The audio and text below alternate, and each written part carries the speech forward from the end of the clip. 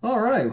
So today in RSM 308, Recreational Sport Programming, we're going to pick up and start talking about the idea of competition and the role of competition in recreational sport.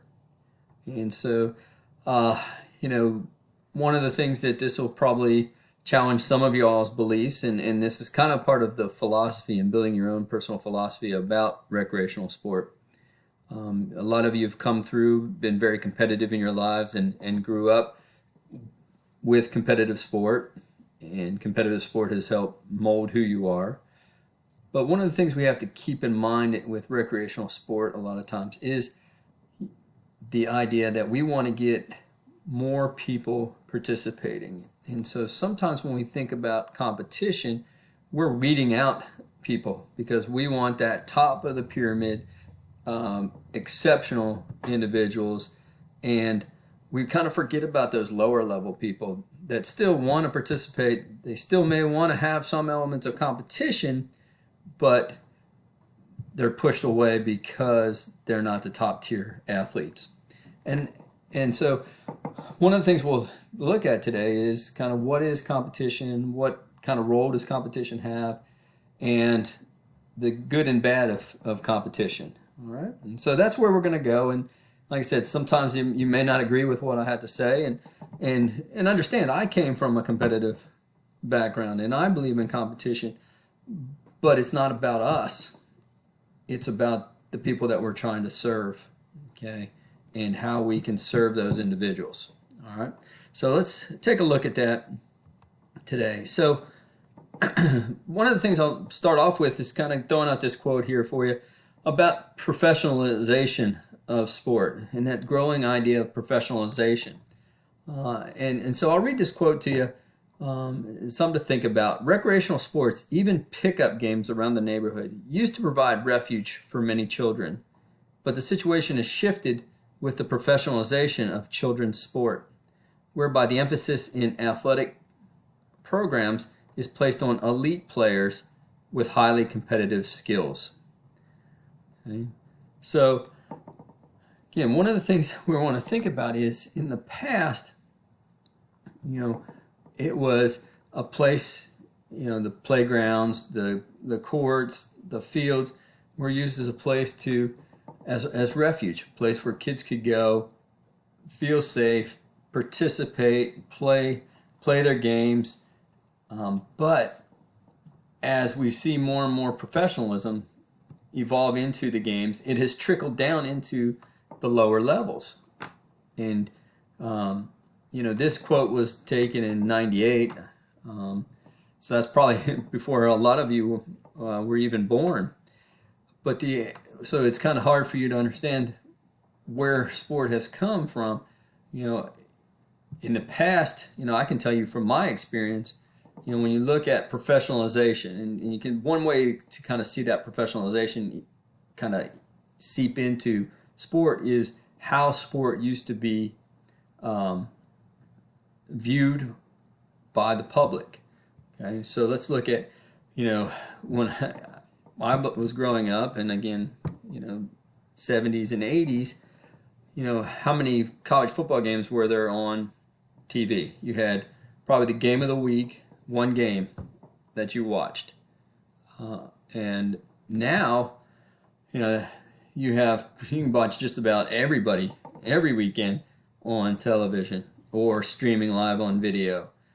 It's becoming much more professionalized. Even, pro sports at the time, you could see, usually pro sport, you could have one NFC game on one channel, one AFC game on another channel, and that was pretty much it and then Monday Night Football. So you got to see three games.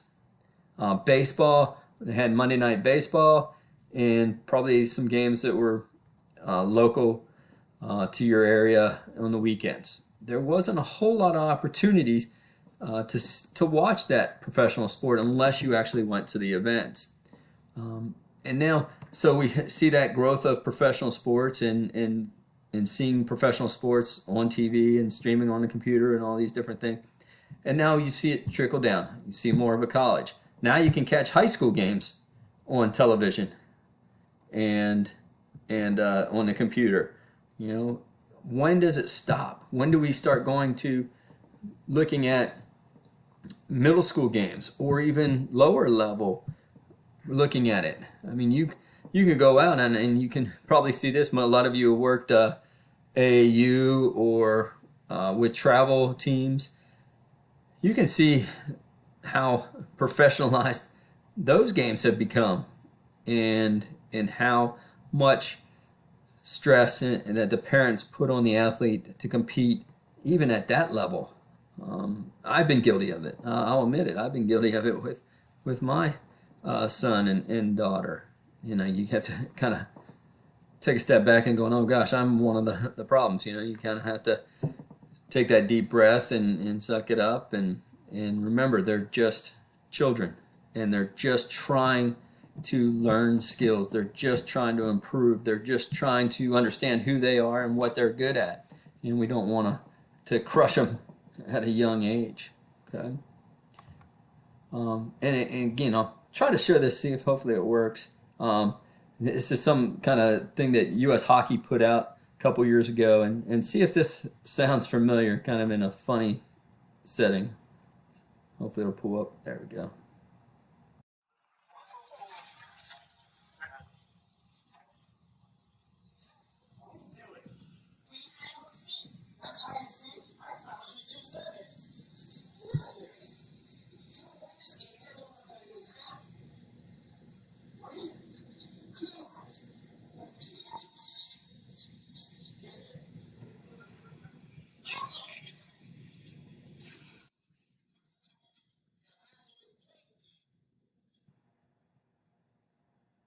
So again, the idea is, you know, we're pushing those games into professionalism, and we expect superior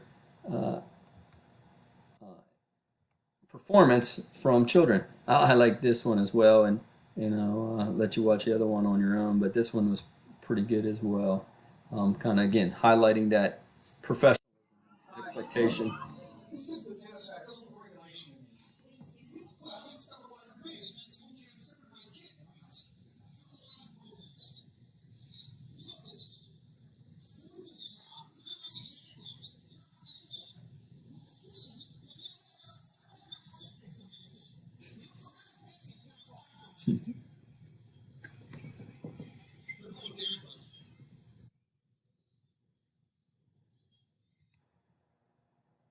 So again, two kind of quirky, silly examples, but you can probably go back and see parents acting in a similar manner with, you know, baseball, basketball, football, and some of those, the soccer, lacrosse, you know, um, and so you know what we're putting on those kids. The kids are, you know, what do they want to do? They just want to play.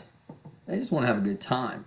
And we oftentimes our competitiveness and our ability to want them to see them succeed kind of gets in the way of their good time. And what happens if we instill that competition and maybe at too young a age?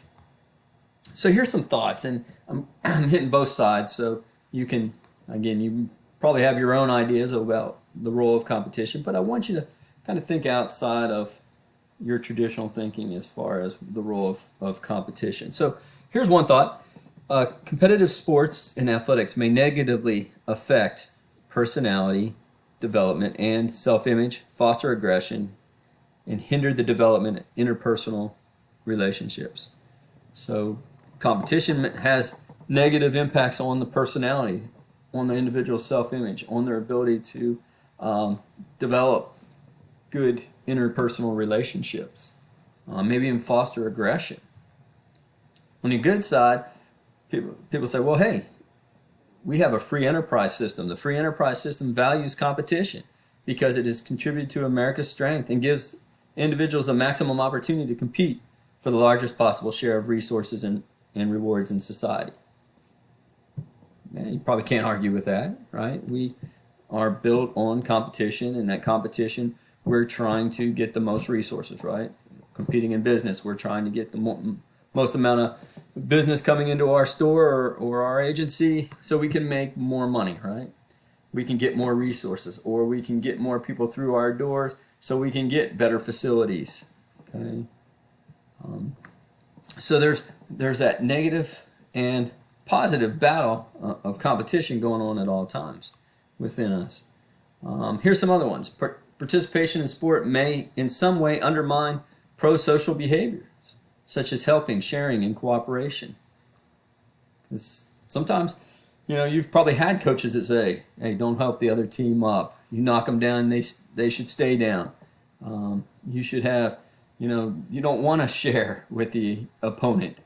You don't want to cooperate with the opponent. But as we know, sometimes we have to cooperate with the opponent to have competition. Okay? That has to exist.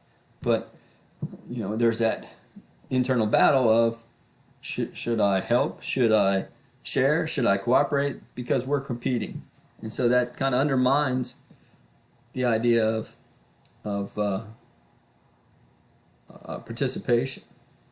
Competition is the training ground for the adult life. So, hey, we need to understand competition because we need to be able to compete later on in life. Okay? Competition is the source of envy, despair, selfishness, pride, and callousness. Competition does not build character, and it may do just the opposite. Okay? And so one of the articles I have you reading looks at sport and what it does to character. Does it build character, or does it just reveal character? This is going a step further and saying, hey, it may just destroy your character. It may take away from your character. Okay? So things to think about. And again, it depends upon what your philosophy is. Okay? There's no right answer. It's just something that you have to understand. And then this understanding about competition, also you have to keep in mind when you go out and work in our field, what's the role of that recreational sport? Is it about competition and being at the top pinnacle, or is it about participation? And so the better your philosophy matches up with the agency's philosophy on that, the happier you're going to be. Okay. So definition of competition. Competition is, according to Loy, a struggle for supremacy between two or more opposing sides. Struggle for supremacy between two or more opposing sides. One side has to dominate the other side. Okay, or multiple sides if you're in a league or something like that. Competition of interests, or a contention of interests, a rivalry between opposing forces, man, animal, nature, in which interests of both are not mutually attainable. One side has to win, one side has to lose in competition. A situation in which two or more people vie for a prize, honor, or advantage. And the last one here is a process through which success is measured by directly comparing the achievements of those who are performing the same physical activity under standardized condition and rules. So you're comparing your achievement or your skills versus somebody else that's competing under the same rules. Okay? Again, all good definitions, all definitions of what competition is about and is. And so it's just, I want you to kind of have a starting point for what competition really is and what competition is really about. Okay. So looking at direct competition, so let's say we're competing against another person or another team using the same rules like Coakley's definition says. So for a successful competitor, at least one must fail. So if we have competition, one side has to win, one side has to lose. That's called zero-sum game. So the sum of the winners and the sum of the losers is zero. Okay? Sum of winners and losers is zero. Okay? So example, softball league, only one team wins. Okay? One team wins at a time. So we have one winner, one loser. If you have a league going on, one team's going to be a winner, 3, 4, 5, 6, whatever, how many teams you have in the league, they're all going to be losers. Okay, so you have to think about how many teams are failing, right? And the old saying, second place is the first failure. Okay, I'm going to have to stop here and we'll pick